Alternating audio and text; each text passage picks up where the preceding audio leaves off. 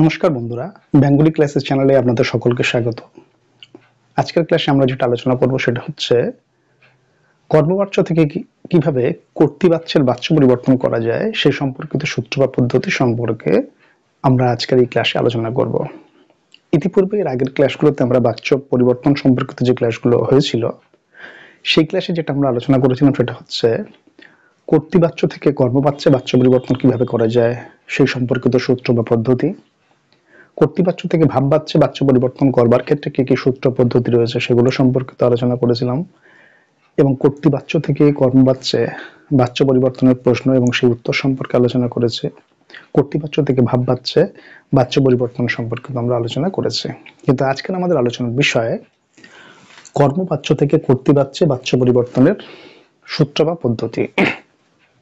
এবারে এই কর্মবাচ্য থেকে কর্তৃবাচ্যে বাচ্য পরিবর্তন করবার জন্য যে সূত্র পদ্ধতিগুলো আমরা ব্যবহার করব সেই সম্পর্কিত আলোচনা করার আগেই আমাদের একটা প্রাথমিক বিষয় জেনে নেওয়া প্রয়োজন। সেটা হচ্ছে এর আগের ক্লাসগুলোতে আমরা আলোচনা করেছিলাম যে কর্তৃবাচ্য থেকে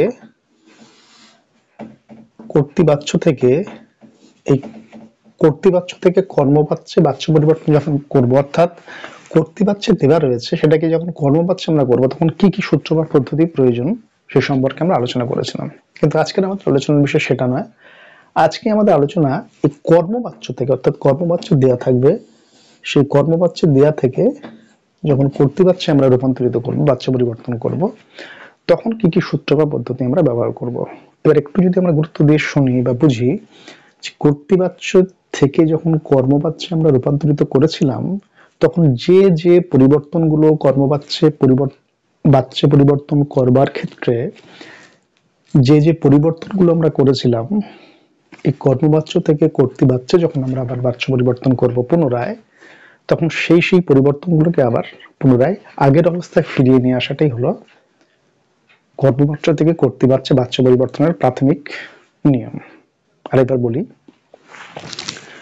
কর্তৃবাচ্য থেকে কর্মবাচ্যে বাচ্য পরিবর্তন করবার যে যে সূত্র বা পদ্ধতি আমরা ব্যবহার করেছিলাম, যখন পুনরায় কর্মবাচ্য দেয়া থাকবে এবং সেখান থেকে যদি কর্তৃবাচ্যে পুনরায় করতে হয়, তাহলে এই কর্তৃবাচ্য থেকে কর্মবাচ্যে নিয়ে আসার সময় যে যে পরিবর্তন ঘটেছিল সেই পরিবর্তনগুলোকে আবার সেই আগের অবস্থায় ফিরিয়ে নিয়ে এসে আমাদেরকে কর্তৃবাচ্যে রূপান্তরিত করতে হবে। এটা হচ্ছে প্রথম নিয়ম, বোঝা প্রয়োজন। এবার এটাকে যদি আমরা একটু বোঝার জন্য একটা ছোট্ট একটা ঘটনার কথা বলি। শিশু যখন বড় হয়, বড় হওয়ার পর ধর একটা জায়গায় শিশু বসে রয়েছে, সে সেখানে বসে খেলা করছিল, সেখান থেকে তাকে তুলে নিয়ে অন্য একটা জায়গায় গিয়ে বসানো হয়েছে। তাহলে এক জায়গা থেকে আরেক জায়গায় তার স্থান পরিবর্তন ঘটেছে। এবার এক জায়গা থেকে আরেক জায়গায় স্থান পরিবর্তন করবার জন্য যে যে পদক্ষেপ তাকে নিতে হয়েছে, যখন পুনরায় তাকে সেই জায়গা থেকে আবার পুনরায় সেই আগের জায়গায় যখন আমরা ফিরিয়ে নিয়ে আসতে চাইব, তখন যে যে পরিবর্তন বা যে যে স্থান পরিবর্তন করবার জন্য যে যে পদক্ষেপগুলো প্রথম অবস্থায় নেওয়া হয়েছিল, সেই পদক্ষেপগুলো পুনরায় আবার আগের অবস্থায় ফিরিয়ে আনতে হবে, তাহলে সে আবার আগের জায়গায় ফিরে আসবে। ঠিক তেমনি তো এই যে একটা, এটাই আমাদের বলার বিষয় যে কর্তৃবাচ্য থেকে কর্মবাচ্যে যখন আমরা পরিবর্তন করেছিলাম তখন যে নিয়ম পরিবর্তন হয়েছিল, সেই পরিবর্তনগুলোকে এবারে পরিবর্তন আর করা যাবে না, আগের অবস্থায় পুনরায় ফিরিয়ে নিয়ে আসাটাই হচ্ছে কর্মবাচ্য থেকে কর্তৃবাচ্যের নিয়ম বা পদ্ধতি। তো প্রথম পদ্ধতি কি বলছে, কর্মবাচ্যের কর্মরূপী যে কর্তা আমরা ব্যবহার করেছিলাম কর্মবাচ্যের ক্ষেত্রে, আমরা আগে জানি কর্তৃবাচ্য মানে কর্তা প্রধান আর কর্মবাচ্য কর্ম প্রধান। তা কর্মবাচ্যের কর্মপ্রধান থেকে আবার কর্তৃবাচ্যের কর্তা প্রধান করতে হবে, তাহলে সেখানে কি হচ্ছে, কর্মবাচ্যের কর্মরূপী যে কর্তা ছিল তার বিভক্তি অনুসর্গ তুলে দিতে হবে। যখন আমরা কর্তৃবাচ্য থেকে কর্মবাচ্যে নিয়ে এসেছিলাম তখন সেখানে বিভক্তি বা অনুসর্গ যোগ করেছিলাম, কিন্তু যখন সেই কর্মবাচ্যটাকে আবার পুনরায় কর্তৃবাচ্যে রূপান্তরিত করতে চাইছি তখন কিন্তু সেই বিভক্তি বা অনুসর্গ সেখানে ব্যবহার করা যাবে না। আমরা এক্সাম্পলের সাহায্যে দেখব। এখানে একটা দেওয়া রয়েছে যে শ্যামের দ্বারা এই কাজ হবে না, শ্যামের দ্বারা এই কাজ হবে না। এই দ্বারা দিয়া করতে গিয়ে এটা হচ্ছে অনুসর্গ, দ্বারা দিয়া করতে গিয়ে এগুলো হচ্ছে অনুসর্গ।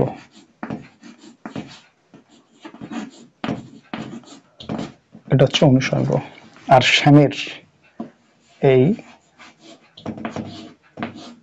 শ্যাম যোগ এর সমান সমান এটা হচ্ছে শ্যামের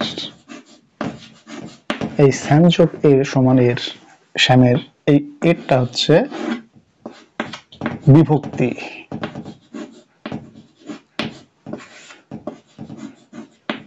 এই শ্যামটা হচ্ছে এরটা হচ্ছে বিভক্তির দ্বারা হচ্ছে অনুসর্গ। এবার আমাদের যেটা বলার এটা মূলত আছে, এটা তো এখন রয়েছে কর্মবাচ্যে,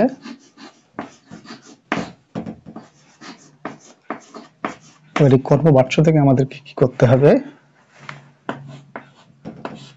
কর্তৃবাচ্যে নিয়ে আসতে হয়েছে। কর্তৃবাচ্যে নিয়ে আসতে হয়েছে। তো কর্মবাচ্য যখন এই কর্তৃবাচ্য থেকে কর্মের ক্ষেত্রে দ্বারা দিয়া বিভক্তি এই অনুসর্গ এবং বিভক্তি যোগ হয়েছিল, কিন্তু যখন কর্মবাচ্য থেকে আবার কর্তৃবাচ্যে নিয়ে আসবে তখন কি হবে, এই এর যে বিভক্তির দ্বারা যে অনুসর্গ এগুলো লোপ পাবে। লোপ পাবে মানে এগুলো আর থাকবে না। তখন কি হয়েছে, শ্যাম এখানে কর্তাই প্রধান, তাহলে শ্যামের দ্বারা এই কাজ হবে না, এই শ্যামের এর বিভক্তি লোপ পায়, তুলে দিতে হবে, তুলে দিয়েছি। দ্বারা অনুসর্গ এখানে ব্যবহার করে যাবে না, তুলে দিতে হবে, তার দ্বারাও এখানে নেই। তাহলে কি হচ্ছে, শ্যামের দ্বারা এই কাজ হবে না, এখানে দ্বারা অনুসর্গ তুলে দিতে হবে, এর অনুসর্গ তুলে দিতে হবে। তাহলে হচ্ছে শ্যাম এই কাজ পারবে না, শ্যামের দ্বারা এই কাজ হবে না, শ্যাম এই কাজ পারবে না। এখানে কি কোথাও আমরা ওই বিভক্তি এর বিভক্তিকে এখানে কোথাও নিয়ে এসছি? নিয়ে আসেনি। এখানে কি দ্বারা অনুসর্গটাকে ব্যবহার করা হচ্ছে? হয়নি। তার মানে কি বলতে চাইছে, যে কর্মবাচ্যের কর্মরূপী যে কর্তা, অর্থাৎ কর্তার অবর্তমানে কর্ম যখন কর্তার ভূমিকা পালন করে, তো সেই কর্মবাচ্যের কর্মরূপী যে কর্তা ছিল তার বিভক্তি আর অনুসর্গ দুটো তুলে দিতে হয়। তো এখানে শ্যামের এর বিভক্তি আর দ্বারা অনুসর্গ দুটোই এখানে তুলে দেওয়া হয়েছে, দিয়ে আমরা করেছি কি, শ্যাম এ কাজ পারবে না। তাহলে বিভক্তি অনুসর্গ দুটোই কর্মবাচ্যের ব্যবহার করা যে কর্মরূপী কর্তার যে ব্যবহৃত যে বিভক্তি আর অনুসর্গ, এটাকে যখন আমরা কর্তৃবাচ্যে নিয়ে আসবো তখন এটাকে তুলে দিতে হবে। আমরা তুলে দিয়েছি, তাহলে শ্যামের দ্বারা এই কাজ হবে না, যখন আমরা কর্তৃবাচ্যে নিয়েছি তখন শ্যাম এই কাজ পারবে না। এখানে এর বিভক্তি কোথাও ব্যবহার করেছি, করিনি, দ্বারা অনুসর্গ কোথাও ব্যবহার করা হয়নি। এবার আমরা দেখব পরবর্তী পদ্ধতি।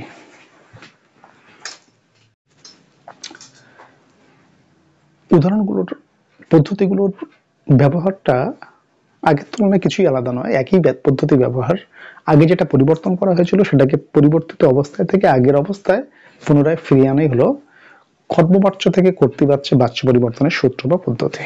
এর পরবর্তী পদ্ধতি কি বলছে, কর্মবাচ্যের যৌগিক ক্রিয়ার সমাপিকা অংশটি লুপ্ত হয়। লুপ্ত হয় মানে সমাপিকা আর অসমাপিকা দুটো মিলিত একটা যৌগিক ক্রিয়া কখন বলবো, যে ক্রিয়ার সমাপিকা অসমাপিকা উভয় ক্রিয়াই বর্তমান, তাকে যৌগিক ক্রিয়া বলছি। তো সেই বাক্যের মধ্যে যে ক্রিয়ার সমাপিকা ক্রিয়া অসমাপিকা রয়েছে কিন্তু সেখানে সমাপিকা ক্রিয়াকে লুপ্ত হয় মানে হারিয়ে যায়, আর অসমাপিকা ক্রিয়ার ধাতু যেটা থাকে, ক্রিয়ার মূল অংশ হচ্ছে ধাতু, সেটার সঙ্গে কর্তার পুরুষ ও বচন বিভক্তি যোগ করে সেখানে হচ্ছে একপদী ক্রিয়া তৈরি করা হয়। একপদী ক্রিয়া মানে একটা ক্রিয়াতে পরিণত হয়।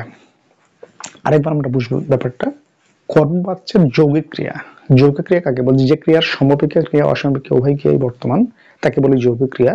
তো এখানে কর্মবাচ্যের যৌগিক ক্রিয়া অর্থাৎ সমাপিকা অসমাপিকা ক্রিয়া যে রয়েছে তার মধ্যে সমাপিকা ক্রিয়ার যে অংশটি সেটা লুপ্ত হয়, মানে সেটা যখন কর্তৃবাচ্যে আমি নিয়ে যাব তখন সেটা লুপ্ত হয়ে যায় বা হারিয়ে যায়। হারিয়ে যাওয়ার পর যে অসমাপিকা অংশটি রয়েছে তার মূল যে ধাতু আছে সেই ধাতুর সঙ্গে পুরুষ বা বচন অনুসারে সেখানে বিভক্তি যোগ হয় এবং সেটাকে একপদী ক্রিয়ায় পরিণত হয়, অর্থাৎ একটা ক্রিয়াতে পরিণত হয়।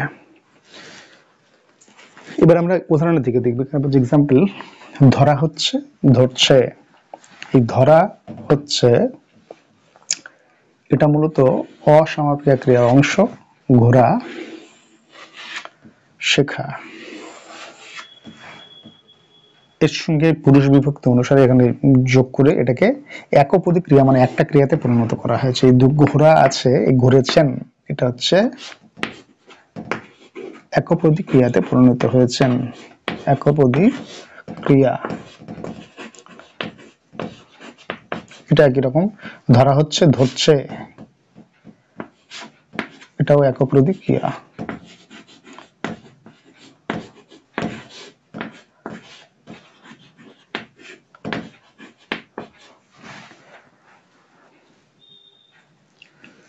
কর্মবাচ্যের যৌগিক ক্রিয়া মানে দুটো ক্রিয়ার মধ্যে সমবেগী ক্রিয়া যে অংশটা থাকে সেটা লুপ্ত হয়ে যায়। অসমবেগী যে ধাতু আছে তার সঙ্গে কি হয়, পুরুষ ও বিভক্তি অনুসারে সেখানে যোগ হয়। ধরা হচ্ছে ধরছে এ ছে এখানে যুক্ত হয়ে সেটাকে একপদী ক্রিয়া পরিণত করতে হয়, তাহলেই কর্মবাচ্য থেকে কর্তৃবাচ্যে বাচ্য পরিবর্তন করা যাবে।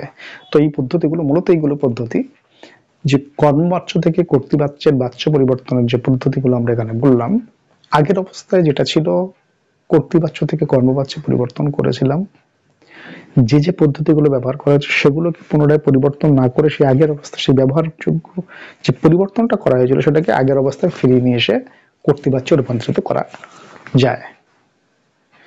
তো একটা হলো যে কর্মবাচ্যের কর্মরূপী কর্তার বিভক্তি আর অনুসর্গ লুপ্ত হবে, আর দ্বিতীয় পদ্ধতি যেটা বলছে কর্মবাচ্যের যৌগিক ক্রিয়া যে সমবেগের ক্রিয়া আছে সেটা অংশ লুপ্ত হবে, আর অসমবেগী ধাতু যেটা রয়েছে তার সঙ্গে পুরুষ ও বিভক্তি অনুসারে সেখানে কি যোগ হবে, সেখানে বিভক্তি যুক্ত হয়ে সেখানে একপদী ক্রিয়া মানে একটা ক্রিয়াতে পরিণত হবে।